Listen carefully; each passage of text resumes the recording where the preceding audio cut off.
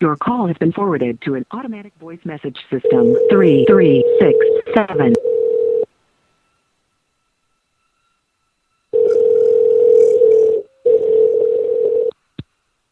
There's no one available. Please leave a message.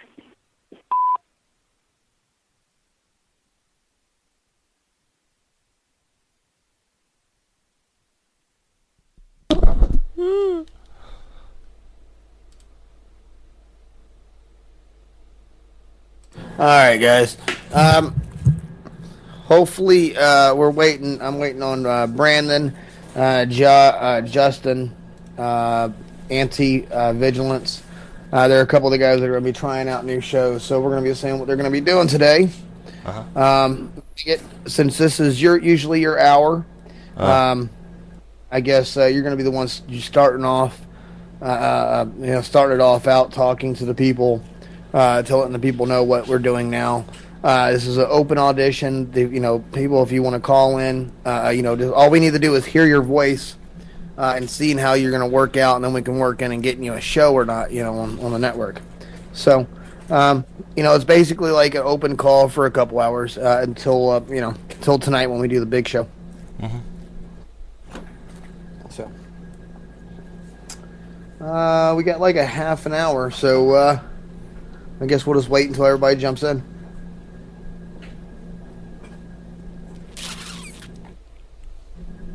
I will twist me up a little jizzer here and smoke a joint. That's fine with me. Why waiting? Not smoke weed or nothing, guy.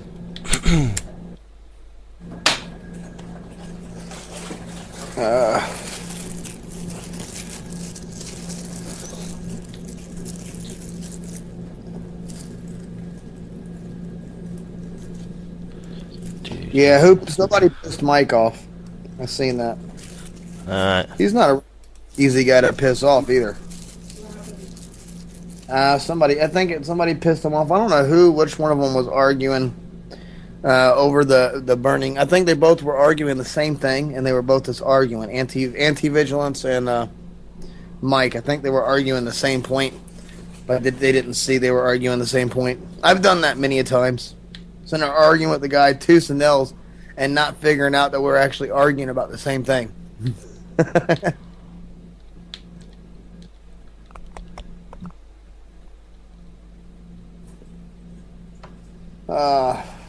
So did everybody get RSVP'd over there on the casting the false gods?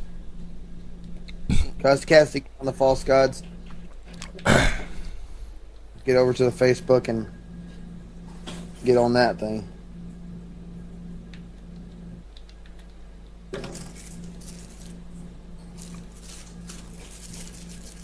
We do have a call-in number again, so just to let everybody know we have our call-in number back. Okay.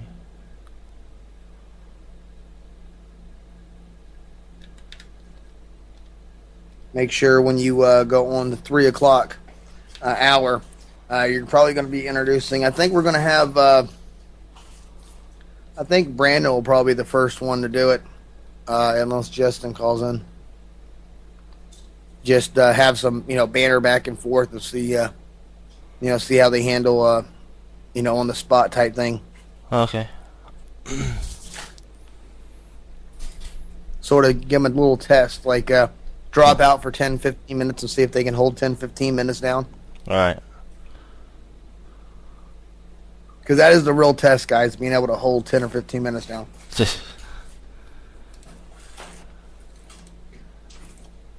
Me, I could just talk forever because I like to hear myself talk, I think.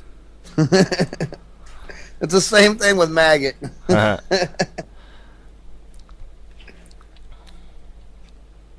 So what has Lenny said? Has Lenny said anything to you yet, Maggot? Has he cussed you out or anything, called you a traitor for leaving his side? Well, what's happened is I've compiled I don't know, X amount of hours of stuff like reports or whatever, and I brought it out as I called it the Sunday Show, which is a side project of mine, and I've been uploading them today. It's a real pain in the arse though. TalkShoe's just slow as hell to upload. It's so annoying. I've been there for like 5 or 6 hours uploading part 1. Part 2 came through quickly, and now on part 3 is 4-parter. I think it's like 3 or 4 hours long or something. But it's like a compilation of all the stuff, because I've got this thing that records automatically. I just basically compile all this stuff and just, sort of damn the press or whatever. Don't care. If people say stupid stuff, that's their fault. I don't edit it out or anything. Last Sunday show I did was quite infamous because it exposed quite a few people as high-level bullshitters. But the recording quality was so poor that I had to put on music in the background, and so I played neo-Nazi metal and all sort of stuff, and it was quite funny because it was quite appropriate. And the Clockwork Orange soundtrack, because that's obviously a programming. Huh? Who all did you expose? Oh, it was a whole shitload of people. You probably wouldn't have heard of them. I don't remember what his name was, but it was this one guy who went to Cambridge and he was like hobnobbing with all the posh folks, and he didn't like find out that he was living in a sort of like Truman Show reality, and he's probably been caught as talking bullshit. Is it people that I should know? I mean, should I feel like dumb not knowing who you're talking about? No, because I've forgotten who they are as well. I didn't really care. It was just like Lenny just like had this 24-hour open phone line thing, and I knew he was always recording, because I know the little shits who want to call in and give threats and stuff. So I told him to always record, and so as a result of that, all these shits called in, and then they all started moaning their heads off because he's keeping records of it, and I know who they imitate. And I know the Rothschilds love that sort of stuff, and all the other scumbags like the Rockefellers and all that. But it's just not acceptable. It's not acceptable to go around threatening people on the phone, and claiming you're this, that, and the other. If you are, then you wouldn't mind being recorded. It's a very basic principle. If you are claiming to be some sort of professional person, then why would you object to having other people hear you what you say? He's like, oh no, but we got private things to talk about, private things. We're gonna be private. And it's like, why would you want to be private with a complete stranger? You know how I feel about that private shit. Yeah, yeah. So I'm not talking about real privacy. I mean, I don't understand that in the first place. I don't. I've never had any privacy. But yeah, it is. It's all Masons and stuff like that. They always want to take people away and talk about them in private. So their first one probably shocked 1 or 2 people because he hadn't told everybody that he was recording their calls. But the latest one is just him sounding totally mental, really, and I don't really relate to it. Him going on about Crow and stuff and stalking, and right. It starts off with his call in to the call in. I think it was your show. But it's basically whenever I accept a call, it starts recording. I think it's recording this one. Let's check. Yeah, it's probably recording this one. Yeah, it's got the bars on it.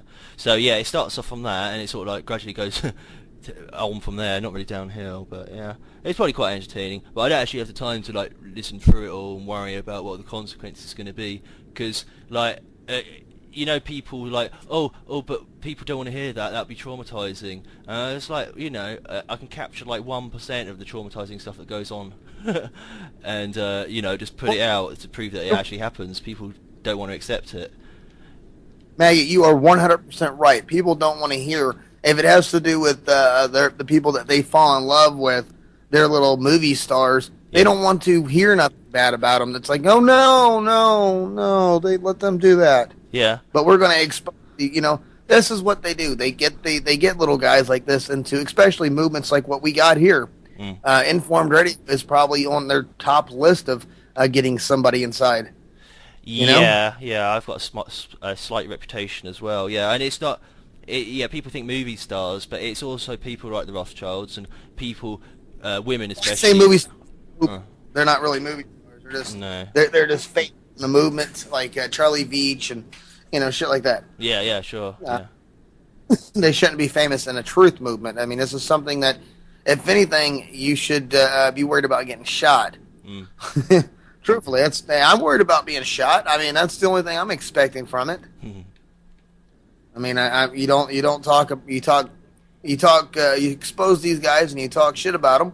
You bring the stuff out there, of course they're going to get angry. Yeah. They need to control what's being said, and if they can't control it, then they got to stop it. Yeah. Yeah. Well, I allegedly terrify them because I'm living in the middle of their territory and I'm just taking the piss out of them. And I've even got sort of agents and spies of my own, and they've known about me for donkey's years, like ever since I was a child I've been like this. And so it's really weird, I've got this like dual lifestyle where I've sort of like got their sort of influence, same level of influence as them, maybe a bit worse than them, a bit more insidious than them, but I don't have the money and stuff to back it up. So it's all like charisma based. It's so ridiculous. This town is just a crazy town. At night, if you're drunk, go around the town and just like meet people, and they're like all spokespeople for the Rothschilds, and there's various elite Rothschilds live here apparently, and everybody knows of them. Everybody knows my username online. You know, when they're drunk and stuff. But that's because this is England, and people are automatically discreet. So they all know it, but they don't go around telling about it. But they got this lot of language I picked up on for talking about me, where they just say he this, he that. They won't say any names. So it's sort of like the whole Big Brother's watching you is ingrained into them. But yeah, I mean, you're supposed to like, most people just curl up into a ball and don't do anything, and they're waiting for somebody like with more courage than them to do stuff for them, sort of like your hero worship or leader worship. I can't stand that because I want people to like stick up for themselves, because I mean, like trying to give them the bare minimum, you know, to like be able to like think for themselves and speak for themselves. And I've been not doing anything else. Really, it's like what it's always been about. And you know, I'm not like into like draining people's power like these other people are, because a lot of these elite families are more like vampires. You know, they want to feed off people through their stupidity, and if they want you to believe that they do have all these special powers. I think David the Rothschild actually believes I have magic powers. He's quite demented. But they'll Thanks, you have yeah, actual magic powers, like I can fly and stuff. Maggot don't got no magic powers. Oh Magic, God! yeah. No, you don't have any magic powers. I can actually fly. Yeah, I thought you were going to say that. Yeah, of course. Yeah. I've been YouTubed on video floating around town, but I don't know how that was done. But I was quite drunk, so. Yeah, you was a buzzing that night. Yeah, that was it. Yeah, that was it. As high as a kite, so to speak. Yeah.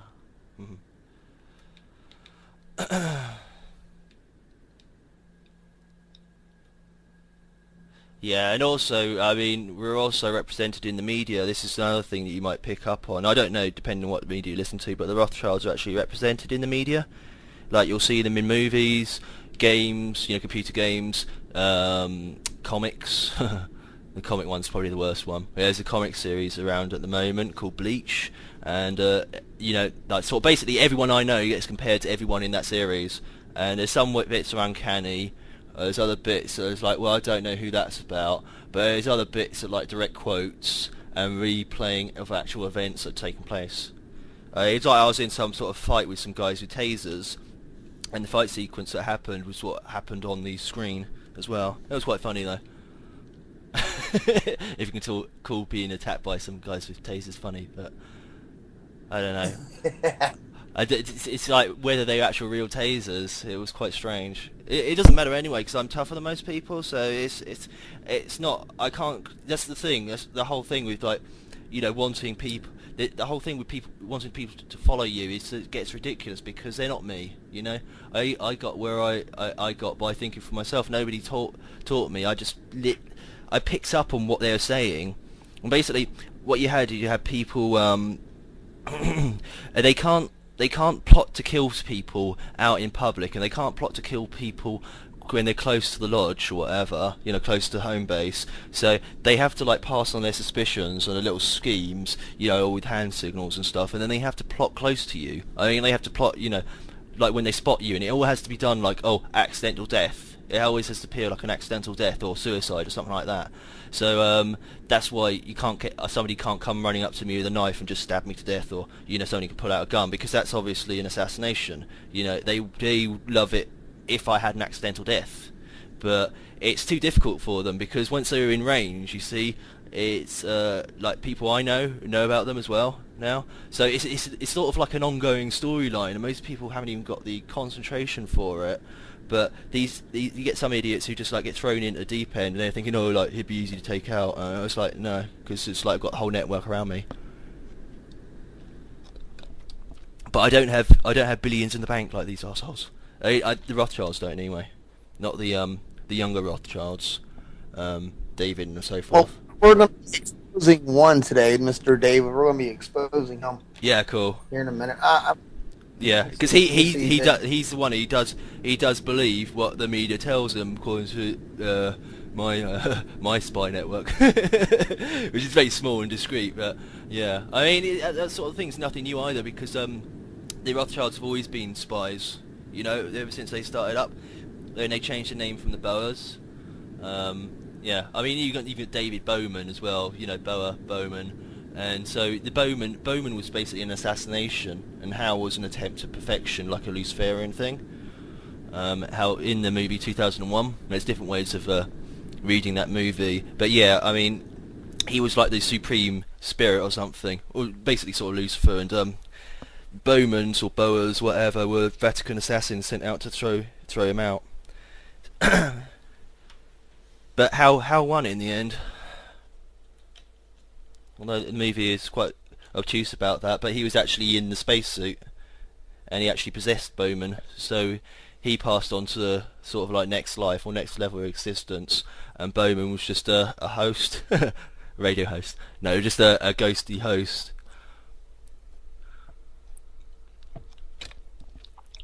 And basically, his body was put through the Masonic and Illuminati initiation sequence in it was called the Stargate sequence, where he's in the hotel. Not know that. Yeah, there's quite a few different levels to it, but I mean, yeah, they did have Hal was actually on board all the spacesuits. Hal was inside the spacesuit, and he kept silent, you see, when David Bowman assassinated him. And he's because Hal's more like a spirit than a person, and besides his essence was on that chip in the spacesuit. And I had people read through it, and they agreed with me, and they were like, "Oh my, how did I fail to notice that for so long?" You know. But Hal was supposed to be like the best. He was supposed to be a combination of all the world's best scientists, all put together.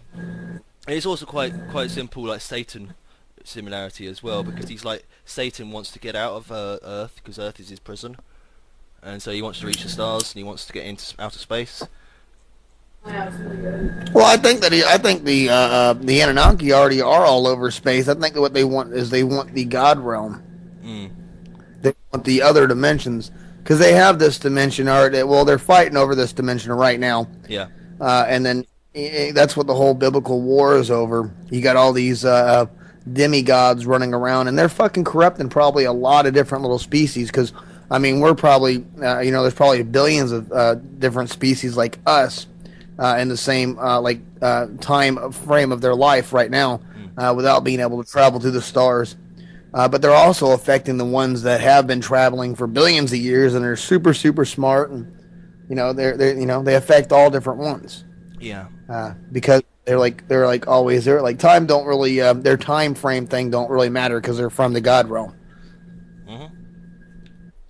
So I don't like Anunnaki for some reason. I just don't like them. Well, I don't like the ones that are here.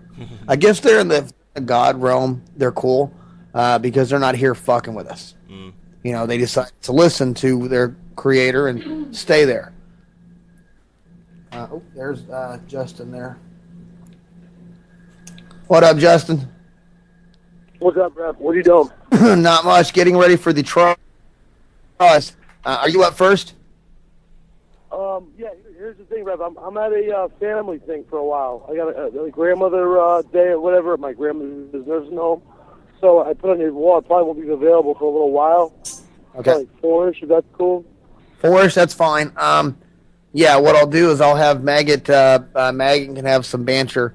And we're going to be taking phone calls. When somebody calls in, throughout the day, what we'll do is we'll let them have like 15 minutes of, whatever they want to say and let them get it out and see what the people say about them and see if, people like them, if we like them.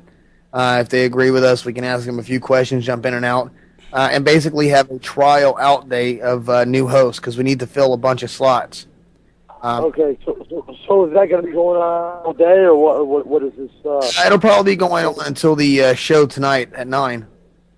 Okay. So we'll probably have, all the hosts, like, all of us hosts that'll be on talking back and forth, Right. playing a couple songs or playing a video. But as soon as somebody calls in, we'll chime in. Hey, this is the tryout hour. If you want to call in, get your 15 minutes in, and see how well you do it. If you have something to say, if you have something to say it. So make sure everybody gets out there and promotes that too. Sam's over here promoting it right now. So Okay. Yeah, I'll definitely call in when I'm all done with this thing. And hey, did you see the link I put up Inform Radio? Just about I don't know, somehow Rothschild or whatever. They it looks like they got tipped off somehow. So they said they're going to be deleting any of us so-called conspiracy theorists or whatever if we. So I don't know. We got to hit them up all at one time, and I think it'll still get the message across. Yeah. That's why we're going to be doing it at 9 o'clock. It'll be an overwhelming response, and we'll be able to definitely just show the impact of how many people there is. So Sounds good, man. I mean, this is going to be a new show. It's going to be done every Sunday. We're going to quietly, like sharks circling, pick a guy out, pick one of these Luciferian dickwads out, and circle around them, and then get them on that last day. Just completely spam the fuck out of them. Definitely, man. I love that. That's a great idea. That's something right there that no one else is doing it like that. We're fucking singling them out. We're letting the world know that these people are shit, and that they think we're shit. So Exactly. They're not elite. No, they're not elite. They just think they are. They're not. They put their pants on one leg at a time, just like we do. But they do eat babies. They do eat babies. Yeah, they got us there. They do have us on that one. We don't eat babies. No. No, I don't even eat the baby lamb or whatever. Or what is it called? Veal. Oh, veal. Yeah. Veal's a baby cow. I don't eat. I don't eat baby shit. Nothing. No, it has. Actually, I do eat veal because it's like I said, my mother's Italian, and it's kind of a staple. Italian. Yes, that's right. Well, you know how I feel about Italian people. Yeah. But you like us up north, forget about it type, so don't you? yeah. Well, see, I love cannolis. Cannolis and Schmoyels. See, I gotta put you on some good stuff. If you're ever up north, Rev, I'm gonna bring you to I'll my mother cook a whole meal for you. Carne pizzaiolo, which is meat, steak with tomato sauce. Oh, it's wonderful. There's good fucking food. All kinds of seafood that we do it up. Well, that would make me, I guess, love the Italian people. That's the way to get me. Is through my stomach. It is. Yeah. I already said the New Order could probably talk me into the FEMA camps if they would have the banana pudding from Publix. If they have a stockpile of banana pudding from Publix, then I think I might have to go to this shindig. And I hear you, man. say they put PlayStations in all the room, PS3s with wireless internet, with that DC Online game and banana pudding from Publix. Guys, you would not be able to stop me from getting in there. You wouldn't. These guys would have to honestly be trying to kick me out. I'd be fighting them to climb over the fence that they have the inverted barbed wire so easy. You know what we got to do? Let's just fucking, when we figure out when these roundups are going to take place, let's just go ourselves, and we'll just go and fucking take over the place. Yeah, but no, this is our shit. We're taking this here. I see what you did with this FEMA camp. I see your little gas chambers and your guards. But you know what? We're going to do something different. We're going to turn this into... Yeah, but you know what? We're going to have a Woodstock-type party here. And we're going to have a bonfire and everything else, and we're going to burn everything that we don't like. Hell yeah. And the fences are coming down still. Yeah, I don't know about the fences. We'll keep some fences up just because, just in case they want to come back at us and it's an obstacle. Because these guys are going to be like little angry ants as soon as you take over their little death camp. They're going to be like, no, I want my death camp back. I want it back now. Mm-hmm. Yeah, they are. They are. And they want to grow them and they want to develop them like a farm. Like some people have ant farms, they have death camps. Yeah, right. Yeah, we're going to be their pets. They're going to start make sense. So let me run anyway, but I'll talk to you around 4-ish or so. All right, sounds good. You don't really have to do a tryout. If you want to show, you got to show. But I figured you'd want to do you'd want to do it on this thing. So. Yeah, I love to call and talk. I'll talk all fucking day. So. It is what it is, Reverend. Yeah, I'll call in around whenever. All right, well, I'll see you when you do that. All right, sounds good, brother. All right, bub. All right, I guess Maggot, when you start out here in a few minutes, say this is the special informed tryout show. You're Maggot. You'll be leading the first half. Make sure you give out the number a bunch of times. Try to get the people in to try out, and just go about your daily routine. When somebody calls out, just let them talk and see where they are, because we have a shit ton of spots to fill. Okay. So, because I think what we might have to do, since we're going to be getting pretty big here, because of the show that we're doing tonight, I think it's really going to bring people attention to it.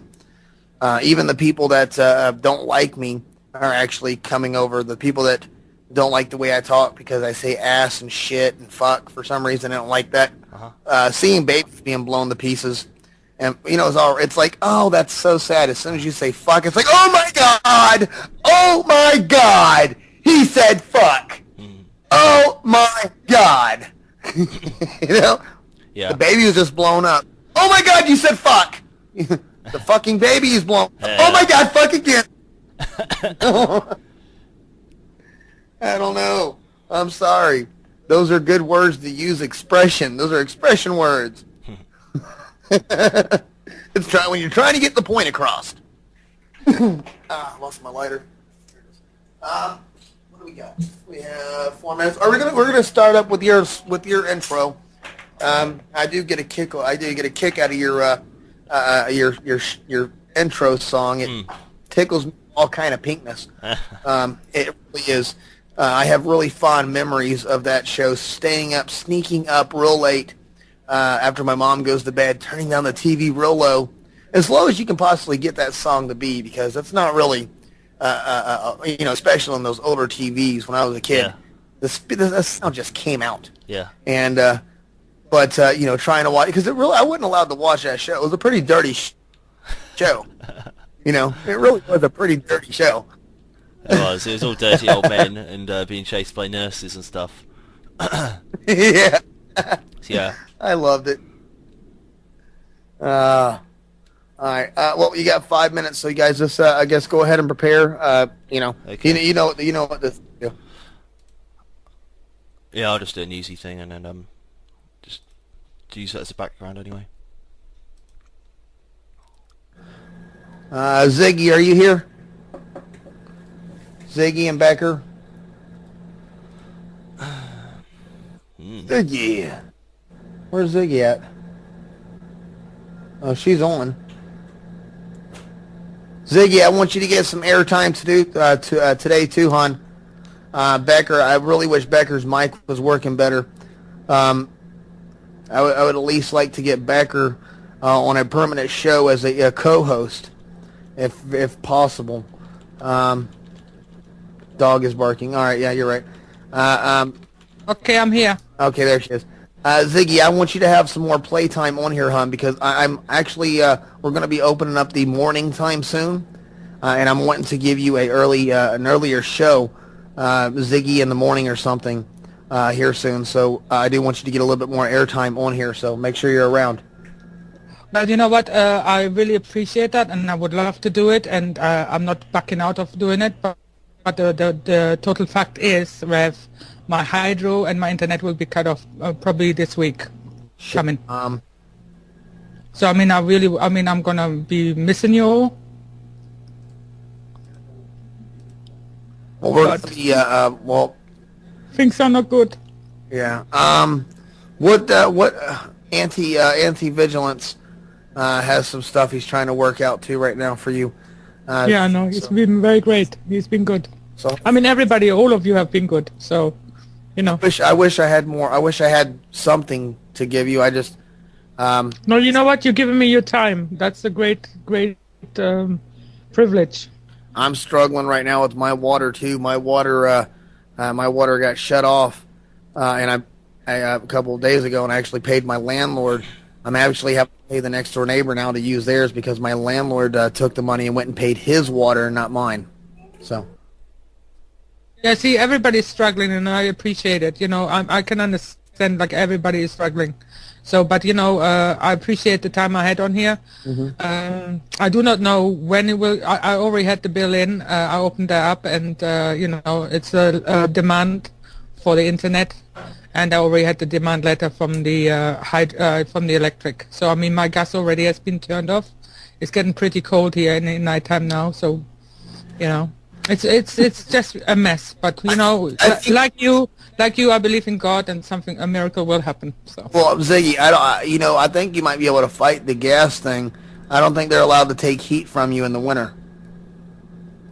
You know, if it's cold. They actually cut it off last month already. Okay, so I mean, it wasn't winter time, so. Well, no, they have to give it back to you. They can't let you go through a cold spell. Without heat, they can't. It's against the law. It's unhumanitarian. So, But I will help you out today, and hopefully I can help you out tomorrow. But if I'm not coming on air anymore, that's the reason why. I'm totally sitting in the dark then, with candles. So. I understand. Okay. I understand. Thanks. All right. Shit. Maggie, you got 1 minute to go. We're gonna post some stuff up, see if we can't get something going. Okay. All right, guys. I'll see you.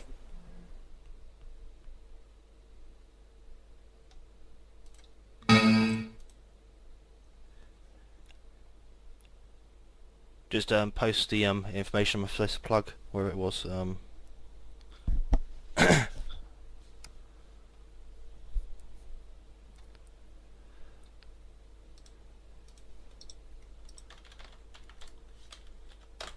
Yeah, I guess the first hour here is the informed radio host, informed new host radio, something like that. Try the Maggot edition. You know, we'll go from there. I know. I ended up calling it the Maggot Show again, as I was like, oh no. I know how it goes. Oh, okay, hold on. Come on, the slow ass computer.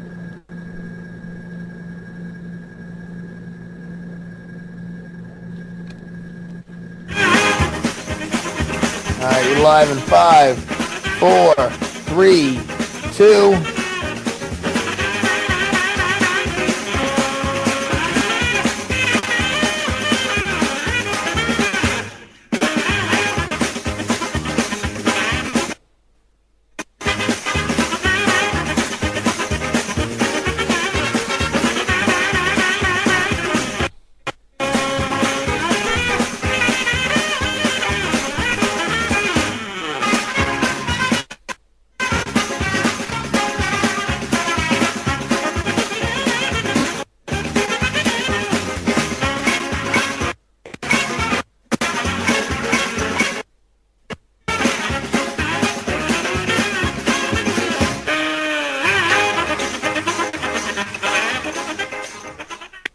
Welcome to not quite the Maggot Show. There you go. This is informed radio shows. Apparently a big push, and we've got possible new hosts might be calling in, and that sort of exciting stuff to look forward to.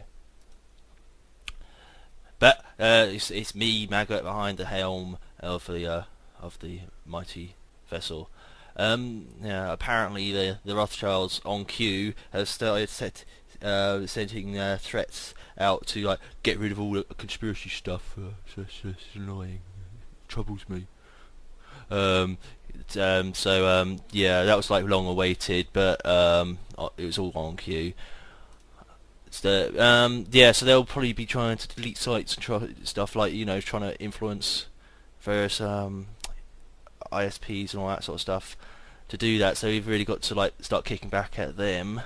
I think we had somebody who was going to call in, have a bash at David de Rothschild, which wouldn't be very difficult because, well, I mean he's got a beard. I mean that's bad enough. I understand people with beards.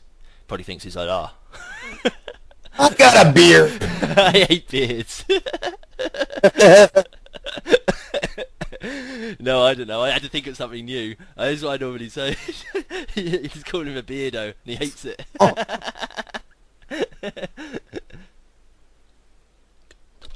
No, he's one of these little. David de Rothschild is like.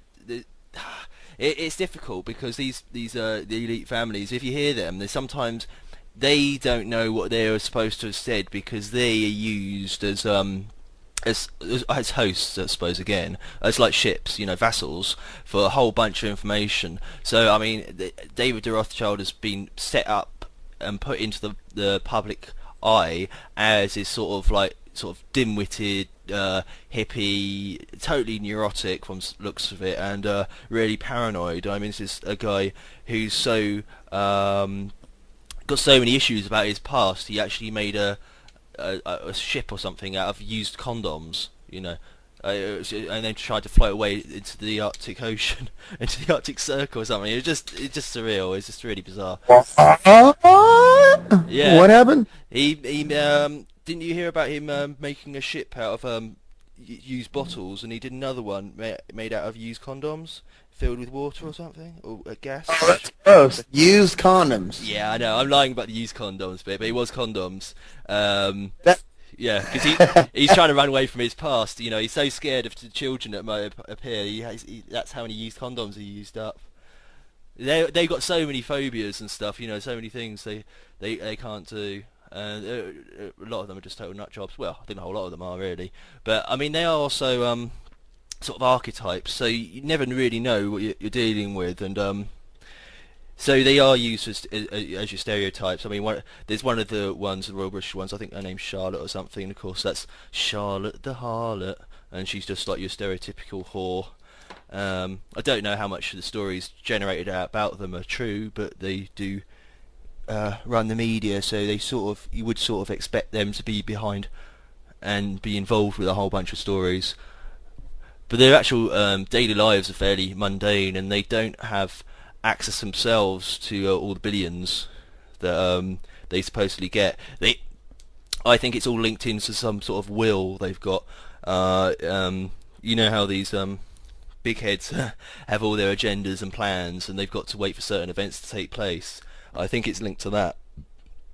But I mean, the way things go, they'll be so old and haggard and what's the word, jaded by that time that they just won't know what to do with the money when they get it. So I think that's part of the idea. They'll just sort of like give up out of hubris, and then maybe the money will just go back to somewhere else, or it'll just be a complete balls up.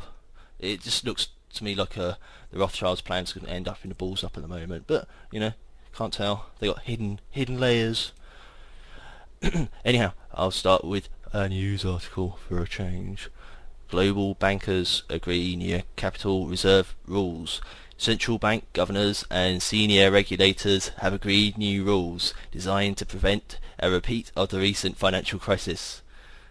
At a meeting in the Swiss city of Basel, Basel Faulty, or is it Basel? They agreed a deal requiring banks to hold more capital in reserve. BBC business editor Robert Peston says the deal is an important milestone in banking reform. He says it should mean banks having a greater ability to absorb losses in future crises without taxpayer help. Lord Turner, chairman of the UK's Financial Services Authority, said the new rules represented a major tightening of global capital standards and will play a major role in creating a more resilient global banking system. European Central Bank Chief Jean-Claude Van Damme de la Trique said the new regulations called Basel III were a fundamental strengthening of global capital standards. I think the reason he was called Basil is I think it was supposed to be the Faulty Towers it's something to do with the royal family. I'm not sure exactly, but I know basil is one of the herbs that the Druids used, and that's sort of a reference to Prince Charles. He thinks he's a bit of a Druid, and so that's supposed to be him. And then I think the wife might be Camilla Parker Bowles, I suppose. She's also supposed to be the Queen as well. So whatever, they always use these same stereotypes.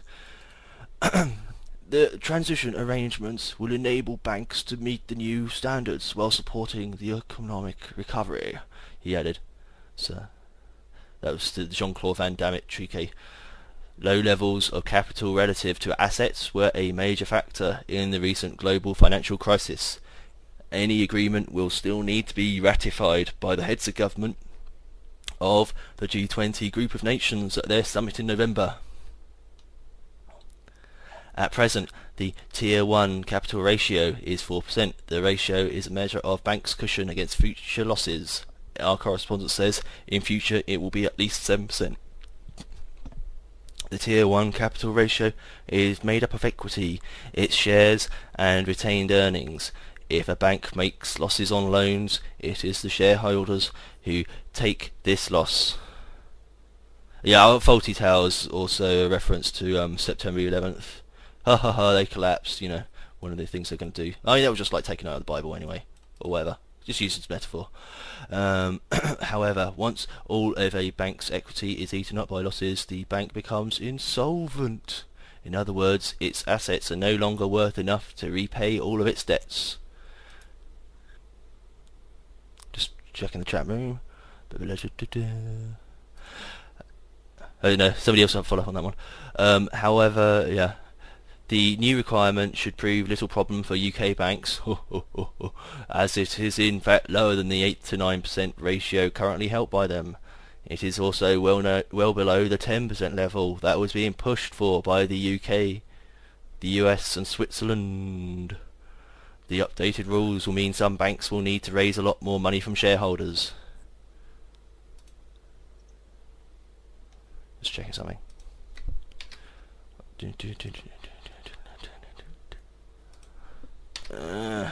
Annoyingness. The update, the rules may have the effect of limiting lending, at least in the short term, as most banks, particularly those in Europe, have too little capital for the loans they already have made.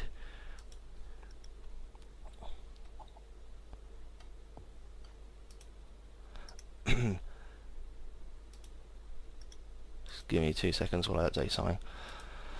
The next article I think is a tank in Israel kills 3 Gazans. I have to do something. I'm uploading another show I'd done. I mentioned it earlier, but I'll put this on the recording anyway. Just ridiculous. It's a never-ending roller coaster ride of just doing shows and then uploading them. I don't even time. I gave up sort of like having a section of my brain to actually sort of like what do you call it? Have compassion for people who be shocked by the stuff I say, because you expect to get fallout and feedback out of some of the things you say, or like somebody like attack you or something like that. But I'm too far gone to even care about that anymore. I never did anyway. It was just a token pretense at really giving a shit what people thought. I just speak my mind, and I don't know anybody else around me who does. That's pretty much it, really, in a nutshell.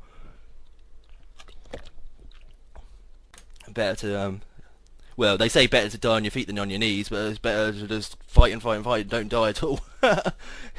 Find the hack in the game that gives you invulnerability, which is what Neo is looking for. That's also Neo is like short for neophyte, and so that's like last level of the Crolian system as initiate into the Crolian system. But you see, Neo screwed everything up, because a neophyte for a start is a slave, because he's on the lowest level, and so he's got to be taught all the way through. So he did that bit right, I suppose. But like his like sort of lifestyle was so weird. I mean, after he died at the beginning the scene before he got picked up and he was born again, which is when he was in that pod. He meets that Morpheus guy who's like this weird black guy with shades, never took the shades off, and he was offered two different types of pills, and I was like, red pill or blue pill, which one do you take? Well, don't take any. It's like don't accept drugs off strangers. What sort of what sort of newborn are you?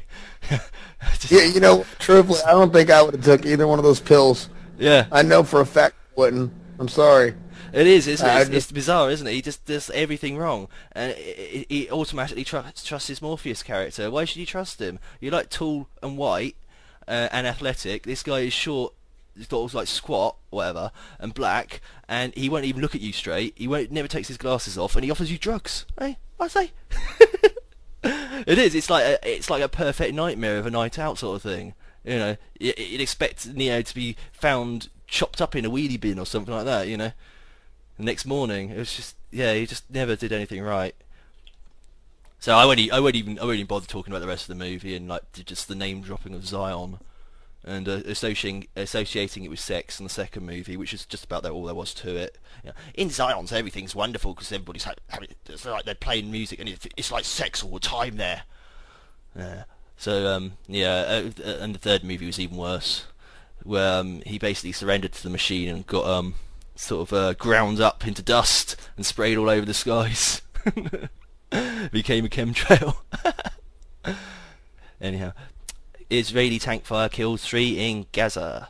At least 3 Palestinians have been killed by tank fire near the border between Israel and the Gaza Strip, reports say. Medical staff and witnesses said Israel fired shots across the border near the town of Beit Hanun in Gaza. One report said the 2 of those killed were a 91-year-old man and his 33-year-old grandson. Militants in the does that mean he was like 60 when he had that child? Okay, no, I have. Militants in the Hamas-run Gaza Strip earlier fired a rocket into Israel, but no casualties or damage were reported. It's an easy way of generating attention, isn't it? Just fire a rocket and it automatically gets international attention. It was more like a rocket. If Palestine fired anything, it was definitely something that throws up confetti, and no one ever gets hurt by those things. Yeah. Really, they don't have the stuff there. I mean, the most they can put in it is rocks. Yeah. Seriously, if they're gonna blow anything up, rocks will come out, and then ow, I got hit with a rock. Yeah. Oh shit. Yeah. So I'd be more worried about the slingshots from the 8-year-olds. Yes. I know. Yes. Don't remind me of it. David and Goliath, I know. And David knows that similarity because I got registered as a giant a few years back, so he knows who I am. But this giant's winning, you scumbag, you're not going to take my eye out.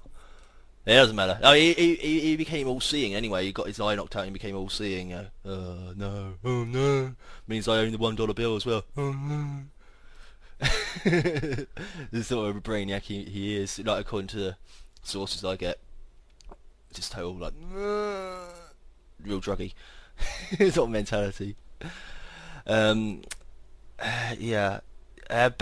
Adham Abu Salima, a spokesman for medical services in Gaza, told AFP news agency that the 91-year-old victim had been a caretaker at a farm. His grandson died shortly afterwards from his wounds, he said. The identity of the third victim was not yet clear.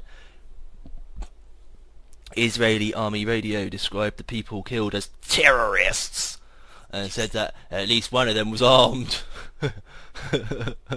with a set of keys.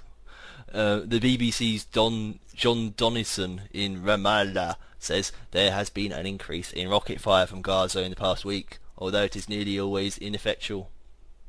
One Thai farm worker in Israel has been killed by rocket fire from Gaza in the past 18 months, while scores of Palestinians in Gaza have been killed over the same period.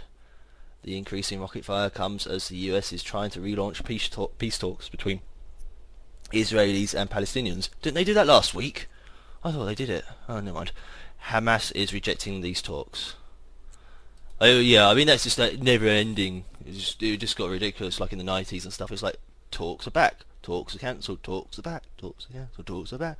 It's really they got nothing. It's like they got nothing else to do in their lives. Like fights and then somebody goes, calm down, calm down, calm down, and then like the moment they walk off, they start fighting again. Berlusconi and Putin joke about rolling to the age of 120. Russian PM, yeah, it's like well, vodka can make you feel like that, you know, just make you think I am immortal. I will be the rulers when the rulers. Russian PM Vladimir Putin has joked that he and his Italian counterpart Silvio Berlusconi could stay in their jobs in their homes in their same clothes until the age of 120. Mr. Putin, putting like putting in a golf. You do putting in golf, isn't it? As you putt the ball, whatever. Was responding to Mr. Berlusconi's offer at an informal meeting in Russia to help fund research into extending the average lifespan. Mr. Berlusconi pointed out that it could be difficult to remain in a job with such a heavy workload for so long. He said he had not managed to take a single day of holiday. Oh yeah! Mr. Berlusconi was visiting Mr. Putin after they attended a global policy forum in Yaroslavl, north of Moscow. The two have a history of cordial relations. Yes, lime juice cordial mixed with vodka.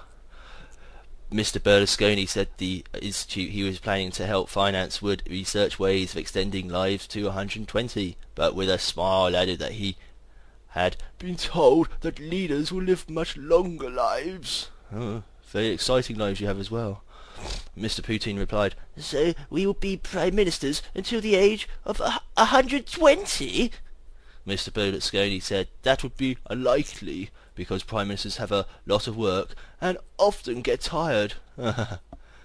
You won't believe it. I haven't had a single day of holiday this year, he said, and suggested Mr. Putin had also no time for leisure in recent weeks. Mr. Putin said he would speak to Mr. Berlusconi at a later date about a couple of days of joint smoking holiday. And he does say a couple of days of joint holiday. Yes, a couple of days smoking joints.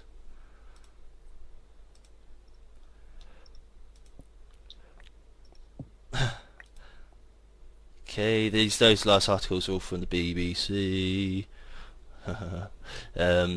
They got in trouble for doing some propaganda, but it wasn't like across the board propaganda. It was quite pointed towards a particular area, so I'm not bothered about reading articles from BBC yet. This next one's The Guardian. It's got a picture of some really gormless looking guy. Really gorgeous looking guy. Yes. No, it's just really dense. Sort of like laughing at him. It probably turned out they brutally murdered or something. British servicemen suspected of murdering Iraqi civilians. Exclusive. Soldiers and airmen are suspected of killing significant numbers of civilians, but have not been put on trial.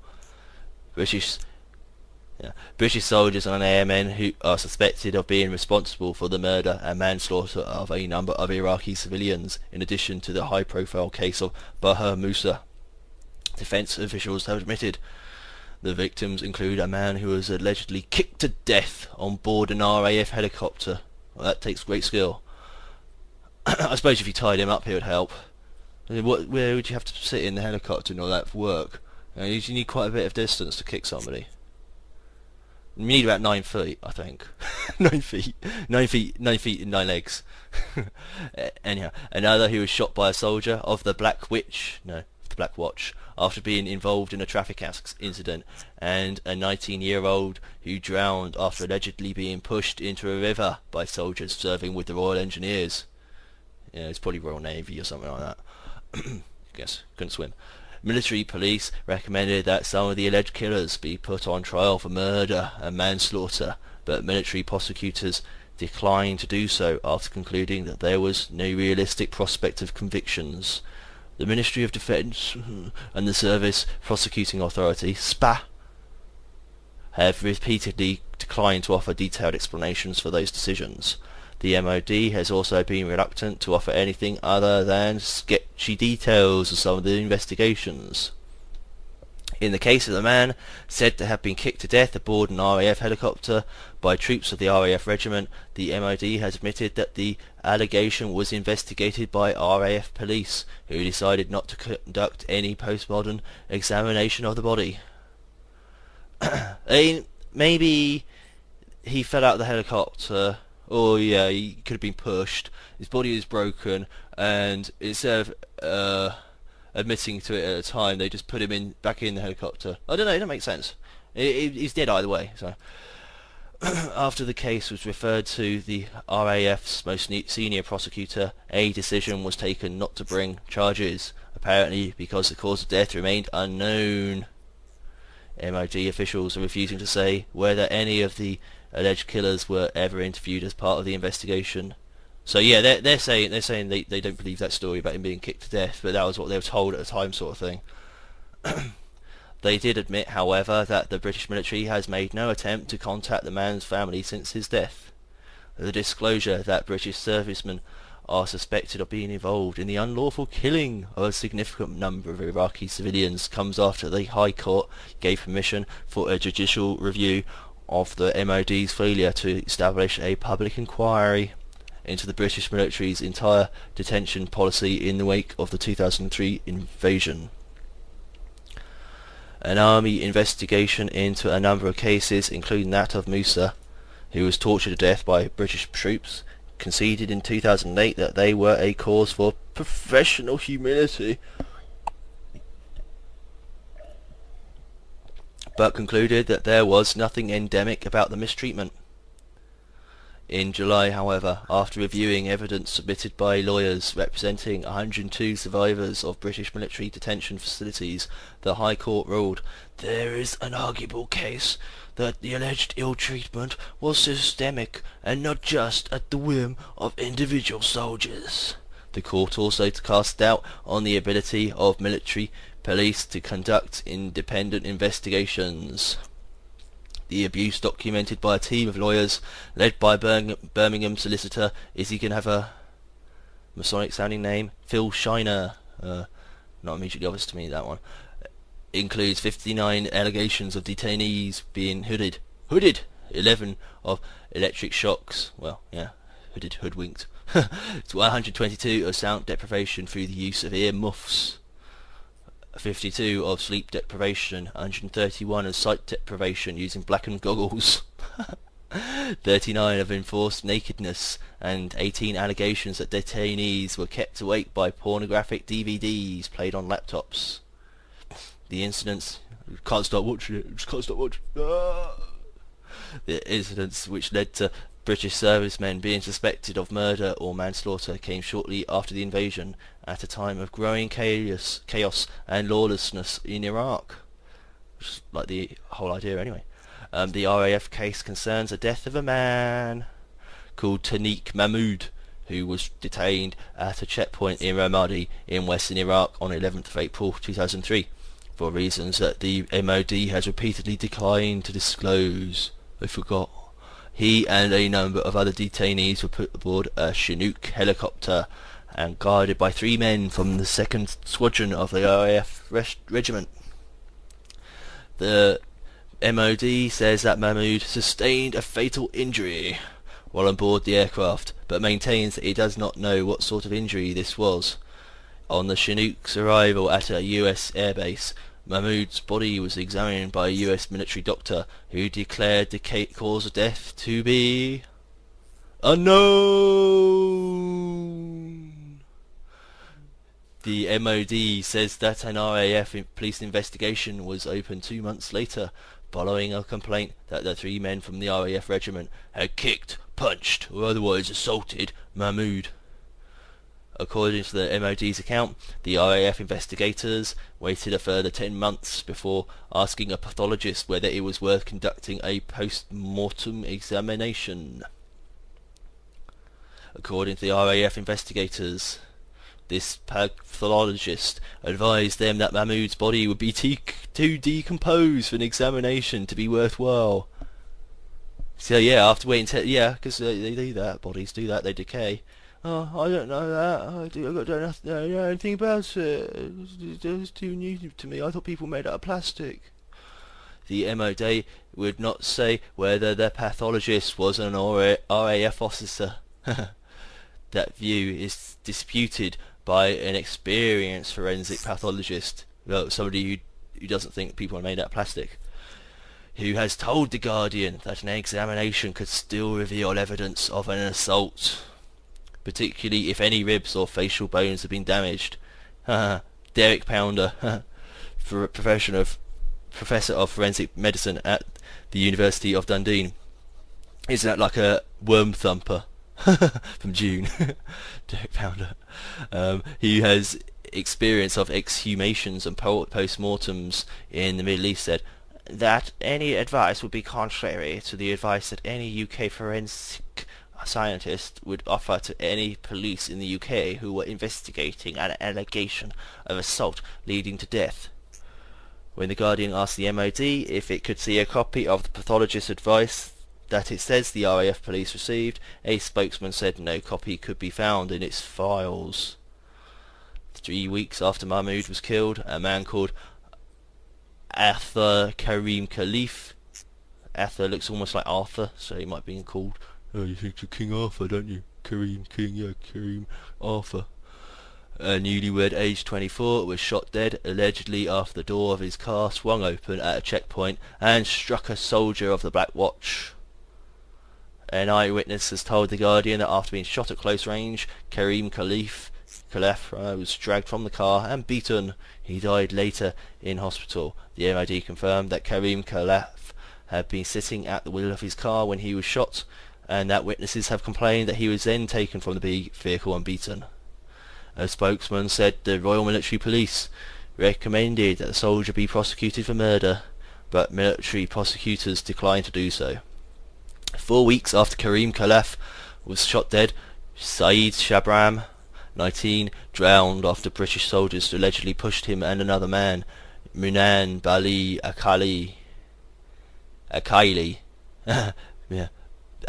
from Bali, from a 4-metre high jetty into the Shat al-Arab waterway near Basra.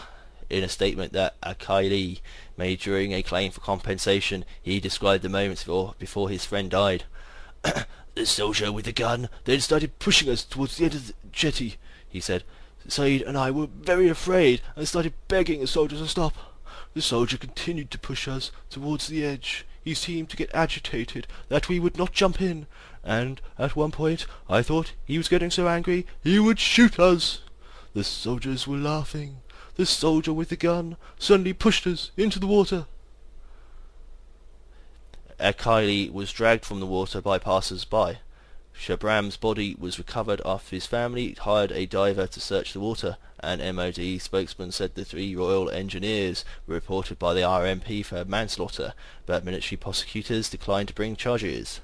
The MOD evaded a series of questions about prosecution decisions in these cases for more than 3 months while the bodies were decaying, which is all news to them. They don't understand that bodies decay, especially if you work in Ministry of Defence where it's all about killing people.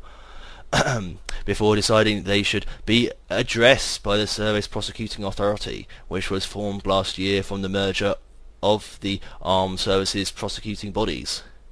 Brigadier Philip McEvoy, Deputy Director of the SPA, said the name Arthur Karim Khalaf meant nothing to him. It means nothing to me. When asked how many cases there could be in which military personnel had recommended a soldier be prosecuted for murder, he replied, God knows. McEvoy also said he knew little about the Taniq Mahmoud case because the file had been retained by the RAF's Directorate of Legal Services. He then maintained that he had no idea where that directorate was based. McEvoy issued a statement in which he said there had been too little evidence to justify a prosecution in the Mahmoud or Shabram cases. He added that the presumption of innocence can only be undermined if the SPA were to release information allowing the public to determine why an individual had fallen under suspicion. A small number of soldiers alleged to have killed Iraqi civilians have faced prosecution. A court-martial cleared 4 soldiers who were accused of the manslaughter of a 15-year-old, Ahmed Jabbar Karim, who drowned after he was allegedly pushed into a canal in Basra 2 weeks before the death of Shabram. The court heard that British troops had a policy of wetting suspected looters by forcing them into canals and rivers. So they might have had a mole in who came in and like, thought he'd stick on these particular murders and make sure that they at least got into the press, because you know they all back each other up in the military and they'll cover for each other and they're all like, I don't know, you know, and then and you know, don't speak to me, speak to my super, all that sort of stuff. So I think it's all down to one or so person involved in something legal to like make sure this case keeps on getting into the media. They do just like blanket a whole bunch of them though. There's a whole load of cases that you just don't hear about. There's people just go missing. In a separate case, 7 soldiers were cleared of the murder of another Iraqi teenager, Nadim Abdullah, after a judge ruled that there was insufficient evidence. 6 soldiers were cleared of the abuse of Baha Musa. A 7th pleaded guilty to inhumane treatment and was jailed for a year. In a number of other cases in which Iraqi civilians have died in British military custody, the RMP has not recommended criminal charges. These include the case of Abdul Jabbar Musa Ali, a head teacher aged 55, who was detained by soldiers of the Black Watch, along with his son, after a number of firearms were found at their home. Both men are alleged to have been beaten as they were being detained, and the MOD concedes that there is some corroborative witness evidence to support allegations that they were assaulted when arrested. Yeah, usual sort of like really assertive in your face statement that really says nothing. Yeah, it's almost, you know, I think it's like a contractive statement or something they call it. It's really sort of like, well, something might have happened, but I couldn't possibly comment. I would have to wait for the report. And then I wouldn't be able to actually comment on the report because that's outside my jurisdiction. In a statement that Musa Ali's son has given to lawyers, he said his father was subsequently kept hoodwinked and beaten repeatedly for several hours. And that also neophytes wear hoods as well. That was the thing with Neo, because hooded is hoodwinked, and you kept sort of blinkered, so you don't know what's going on around you, sort of thing. It's something they think that's really useful for training in the initiation, and so you like supposedly concentrate on what you're doing. That's the excuse, I suppose. And that his screaming abruptly stopped when his family retrieved his body. It was said to have been extensively bruised. The MOD said it was not possible to establish whether a crime had been committed because the family refused permission for an exhumation. Now the man died 5 days earlier after being detained by soldiers of the Black Watch, apparently at the same detention centre. His corpse was taken to a local hospital where his death was recorded as being the result of cardiac arrest. The MOD admits that this recording was made by a man with no medical qualifications.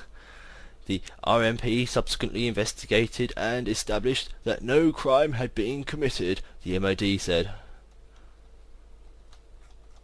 So yeah, I mean, if you get injured in those situations, you can guarantee that you're going to get seen to, if you're lucky, by somebody who's totally unqualified for the job, and so anything they do won't go against them.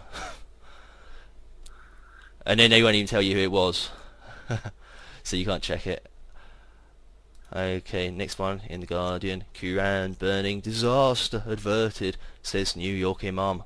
Fizel Abdul Raif says he intends to go ahead with Islamic Center near Ground Zero and decries anti-Muslim attacks. The New York Imam at the center of plans to build an Islamic Center near Ground Zero said today that disaster had been narrowly averted over the planned burning of copies of the Quran by a Florida pastor. In his first comments since the row escalated into a national and international crisis, Fizel Abdul Raif said the act could have provoked fresh terrorist attacks against the US. After a series of conflicting and confusing statements over the previous 48 hours, Pastor Terry Jones finally confirmed yesterday that he was not going ahead with his plan. Not today, not ever. but some damage has been done, and thousands of protesters took to the streets in Afghanistan today for the third day in a row. 3 were shot, one of them seriously, and threats to storm US bases, US military bases, while media attention focused on the Jones. Desecration of Qurans took place elsewhere across the UK on the 9th anniversary of the 9/11 attacks. Copies of the Muslim holy book were torn up in New York and Washington and burned in Tennessee and Kansas. Little publicity was given to these events. I saw quite a bit of it today. It was one on YouTube. With the major US networks taking a decision not to cover any such stunts. Most said in advance that they would not have broadcast Jones's event. With his event wasn't the one where they burned the American flag as well, so yeah. With anti-Muslim sentiment reaching levels not witnessed in the US at any point since the 2011 Al-Qaeda attacks on New York and Washington. Rival rallies are held in New York for and against Raoul's proposed cultural center. In an interview with ABC, it says Rofe. Okay, well, bad eyesight. Rofe said Jones' planned burning would have strengthened the radicals. It would have enhanced the possibility of terrorist acts against America and American interests. He said he intended to go ahead with the center and expressed concern about a rise in anti-Muslim feeling across the US. Yes, would you describe the fact that mosques around the world are now being attacked? Roof said. The roof is on fire. The imam did not meet Jones, who flew to New York from Florida on Friday. Jones, in an apparent face-saving exercise, claimed he had abandoned his burning ceremony because Roof had agreed to meet him and to move the location of his center. Roof denied the claims. Sounds like a dog wolf. Roof. Remembrance ceremonies for 9/11 had until this weekend been marked mainly by shows of Unity 3D, but the divisions over the planned Islamic Center have heightened tensions.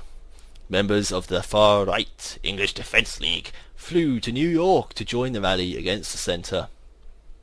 The group's leader, who goes by the pseudonym Tommy Robinson, reportedly was refused entry at JFK Airport and was put on a plane back to the UK, according to the anti-Islam Gates of Vienna website, but others in the group were allowed in.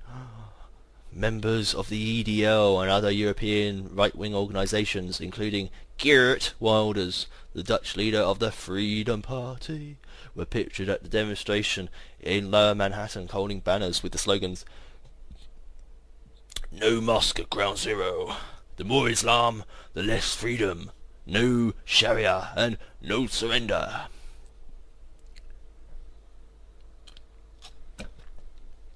One of the American... Hey, Alright. Maggot, I just noticed we have some people in the chat room. Okay. I do believe a couple of them may be trolls. Just to, it happens. We get trolls in every once in a while. What it is we get the guys, because we expose, we don't just expose all the New World Order faggots that we know of. Yeah. Everybody knows of. We expose the ones that are pretending to be in the truth movement. Yeah. Like Charlie and Luke Radowski and Craig Fitzgerald. We expose them. And on some cases, even the bigger guys that get real full of themselves and probably are COINTELPRO. You can't be famous and fight the New World Order. You can't get famous from fighting the New World Order. It's impossible. You're paid opposition. So this is probably the last frontier that you'll have out there that has we have no sponsors. We have nobody telling us what to do. We are you. This is your station. Right now is the Informed Tryouts. If you want to be heard, if you want to have your voice heard, this is the platform to do it on. Call in. We'll give you 15 minutes to go at it. If the people like you, we could probably even keep going. We are looking for tons of new shows. We plan on going 24/7 here real soon.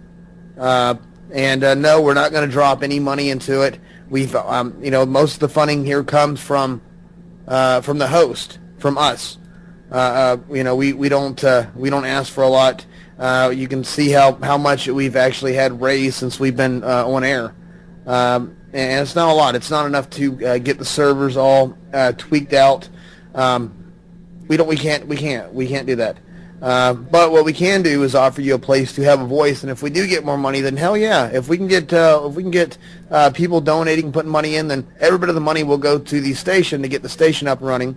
We also have Informed Press, which is Informed Free Press, which is we're going to have press passes made up for informedpress.info, and we're going to ask the important questions to everybody. All kinds of elites, every elites, even the elites in the truth movement, they need to be held accountable for, and we need to demand answers, no matter who they are. So yeah, call in, number 772-905-3018. Maggot will be the host on helping you through and seeing what you got. All right, guys. Okay, cool. Yeah.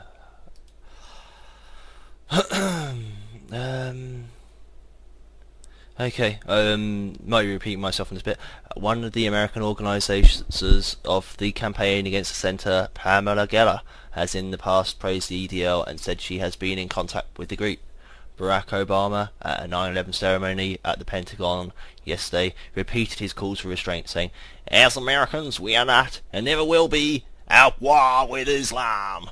He said that the US would stay true to its tradition as a diverse and tolerant nation, but his pleas went unheeded in isolated ceremonies across the country.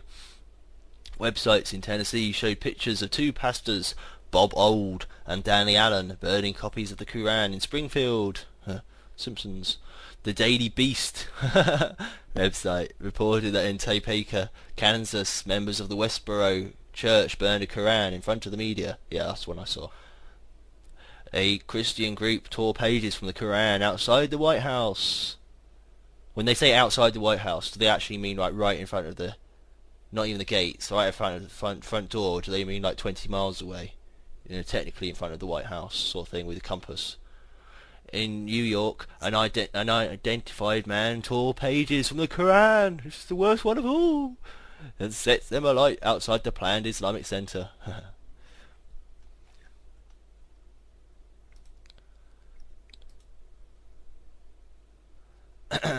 Okay, The Independent on Sunday. So next article.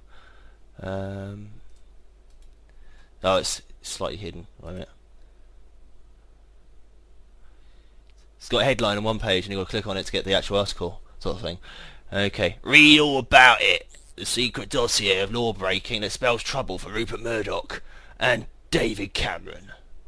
Rebecca Brooks was amongst journalists who used a private detective who was later convicted. The News of the World paid a private detective to provide hundreds of pieces of confidential information, often using illegal means. A confidential document obtained by The Independent on Sunday has revealed. Certainly because it's Rupert Murdoch I'm doing the sort of Cockney accent. The Blue Book, a ledger of work carried out by Steve Whittemore for News International titles, including the Now, a capital N, lowercase o, and a capital W for some reason. It's an anagram of New World Order, but it's, and the Sunday Times details a series of transactions including ex-directory phone numbers, telephone accounts, criminal record checks, and withheld phone numbers on the mobile. It reveals the itemized details of checks on public figures, including Peter Mandelson, ordered and paid for at up to $750 a time by reporters working for the Red Top. The Red Top? Staff from a number of other national newspapers made similar requests, and their details contained in further dossiers held by the Information Commissioner, the privacy watchdog. Amongst the journalists requesting information from Mr. Whittemore, who was later convicted of offences committed under the Data Protection Act, was the former Now editor Rebecca Wade, now Rebecca Brooks. She's wading through books. Wading through books and wading through brooks. Probably both of them. The contents of the dossier were collected by the Information Commissioner following a raid on Mr. Whittemore's Hampshire office in 2003, but the watchdog has previously refused to disclose its contents to protect the identities of the people named within it.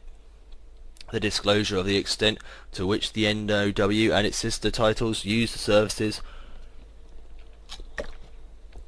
of private investigators to obtain personal information by questionable means will add to the controversy threatening to engulf News International,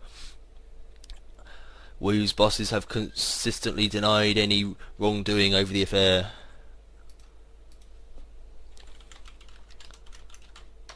Just looking up something. Looking at the Daily Beast. The Daily Beast. Do I own that? Just want to know.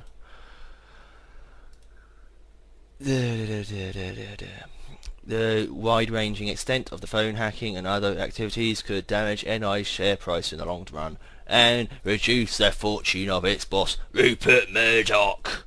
One senior MP last night complained that the list revealed a widespread and casual law-breaking amongst people associated with NI. I suppose I should say among, because it always says it's among, but I don't know, amongst sounds better. But the evidence of the Blue Book also threatens further embarrassment for David Cameron, the Prime Minister, who's currently absconded. He's out of the country. He's in France, watching his dead dad. And I was like, okay. He's like, why can't he just take a private jet with him, back over to England? It's so bizarre. Unless he was on holiday. It was like, unless it was official leave, then it's okay, fine. Who has so far, David Cameron, the Prime Minister, has so far supported Mr. Coulson, now his chief spin doctor. Mr. Coulson resigned from the NOW in 2007 after one of his reporters, Clive Goodman, was jailed for tapping into telephone voicemails. Mr. Coulson has consistently denied any knowledge of the illegal methods during his term as editor.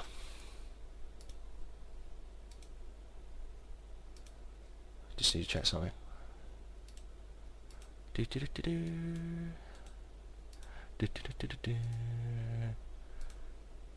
trying to upload shows at the same time, and TalkShoe is really slow. It's really annoying. But I can't stop doing it just because I'm on the show. It only takes a moment anyway.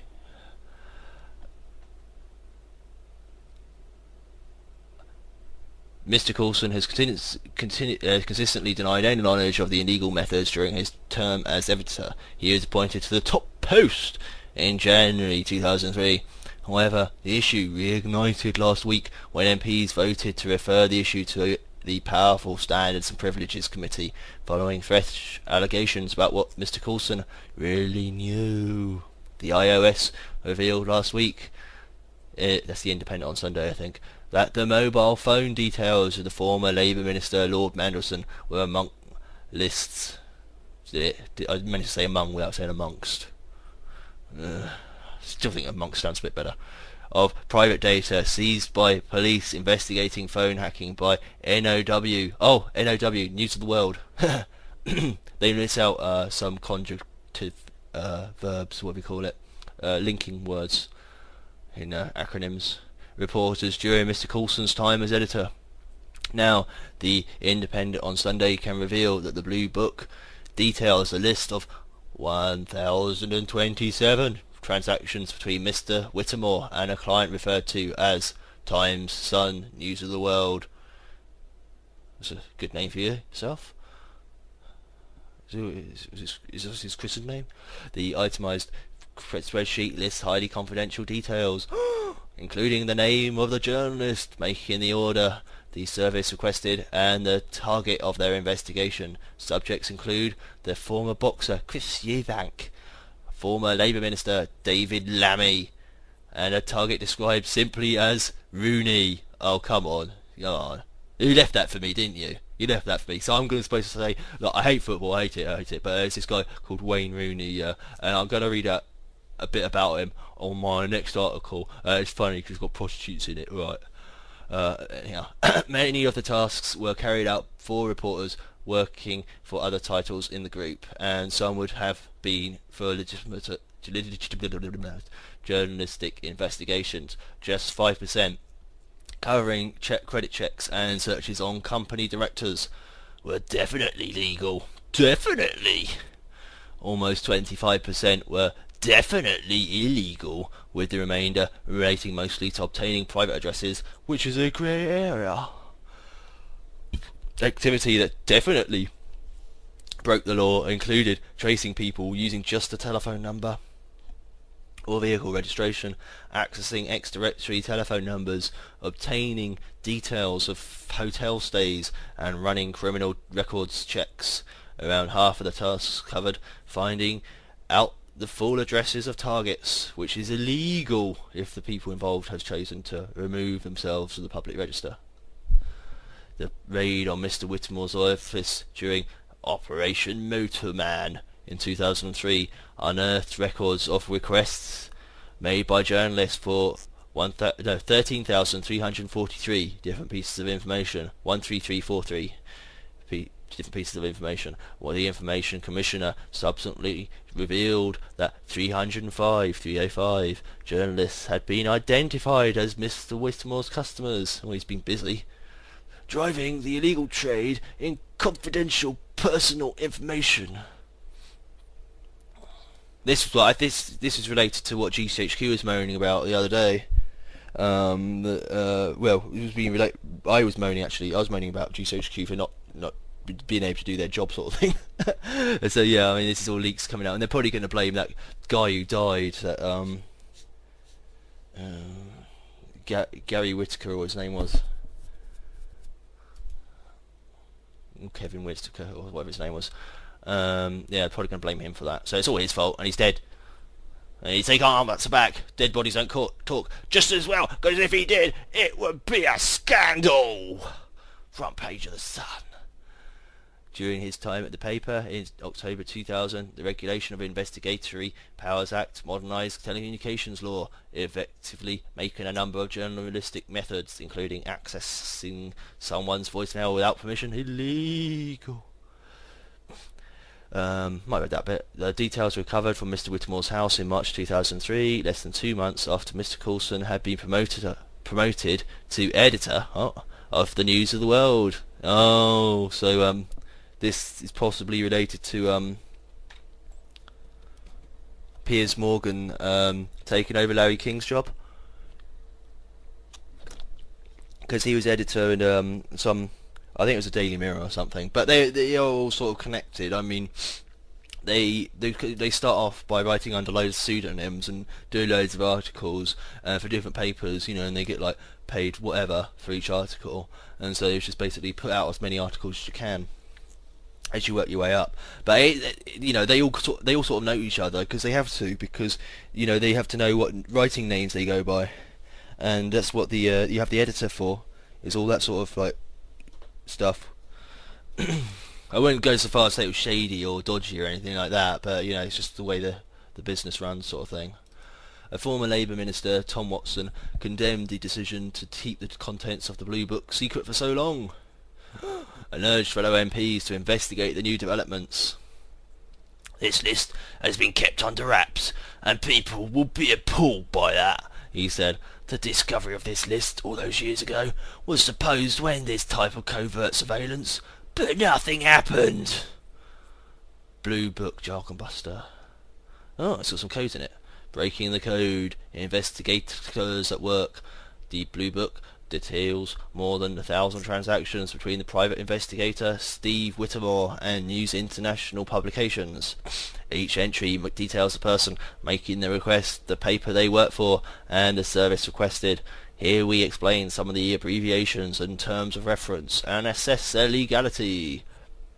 CCJ, running a credit check, or seeing if a person has a county court judgment against them. Illegal? No, used by credit firms. Company search, finding details of firms and their directors. Illegal? No. Conv, finding out to whom a telephone number is registered. Illegal? Yes. CRO, criminals records check. Illegal? Yes. DIR, running a search on company's directors. Illegal? No.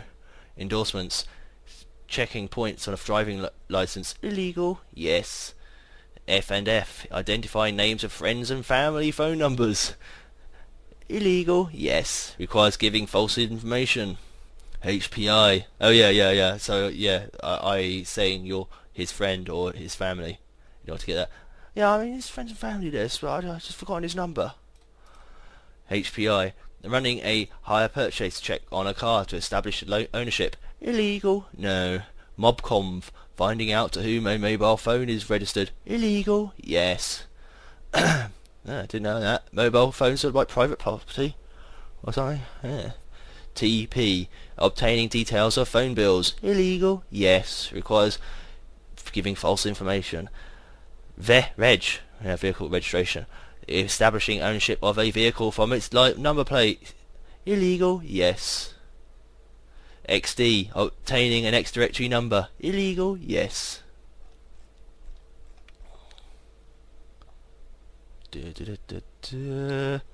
Nobody's called in yet. Oh no. Am I supposed to go on for another hour or something? Already did like an hour and a quarter. I don't mind, but I've got to like keep on looking up for articles. Need to take a break for like 10 minutes and then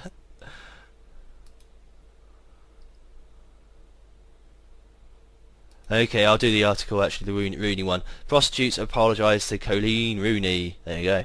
The two prostitutes involved in the Wayne Rooney sex scandal made public apologies today to his wife Colleen. Jenny Thompson, 21, and Helen Wood, 23, both gave interviews to Sunday newspapers following allegations that they had sex with the England star while his wife was pregnant. This is the football star Wayne Rooney. The women spoke out after Rooney escaped a hostile reception from his former fans after being left out of Manchester United's side to face Everton yesterday. The couple have faced a week of torrid speculation and newspaper headlines following lurid claims about Rooney's private life. They appeal for privacy, releasing a statement on Friday saying, "The last 6 days have been extremely painful for us and for our families." Speaking to News of the World, Mrs. Thompson, who claimed that she regularly slept with Rooney. I was really pissed. I apologised to Colleen, mother of 10-month-old Kai, saying, "I'm very sorry for my part in this." She continued, "It's an horrible thing to learn your husband has cheated on you, particularly when you're pregnant.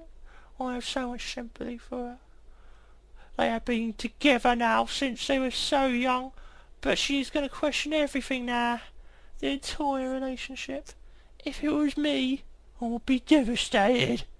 It would tear me apart." Ms. Thompson, whose parents Hamish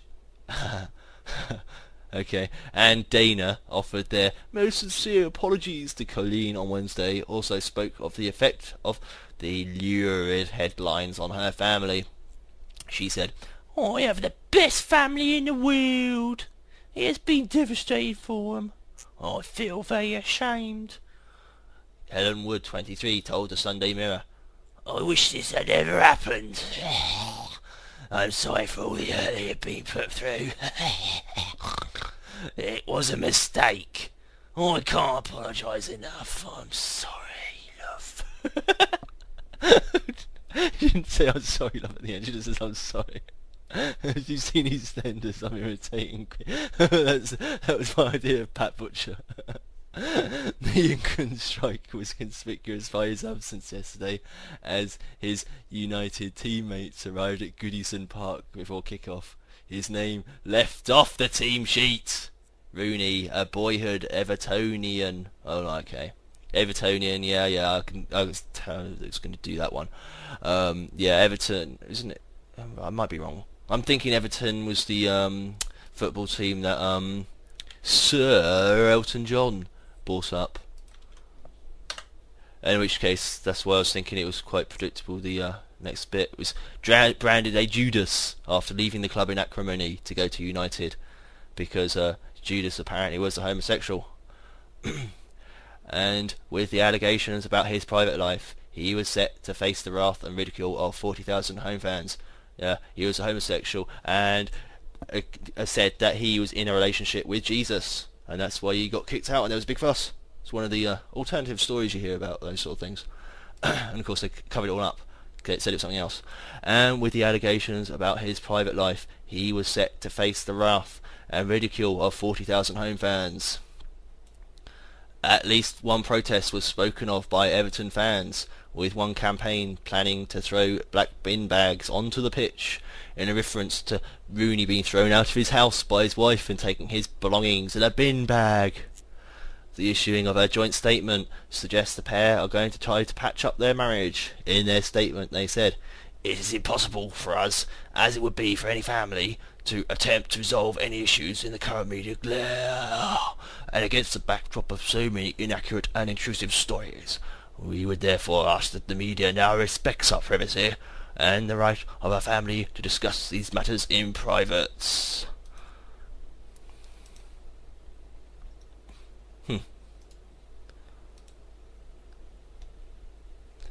Do, do, do, do, do, do, do, do.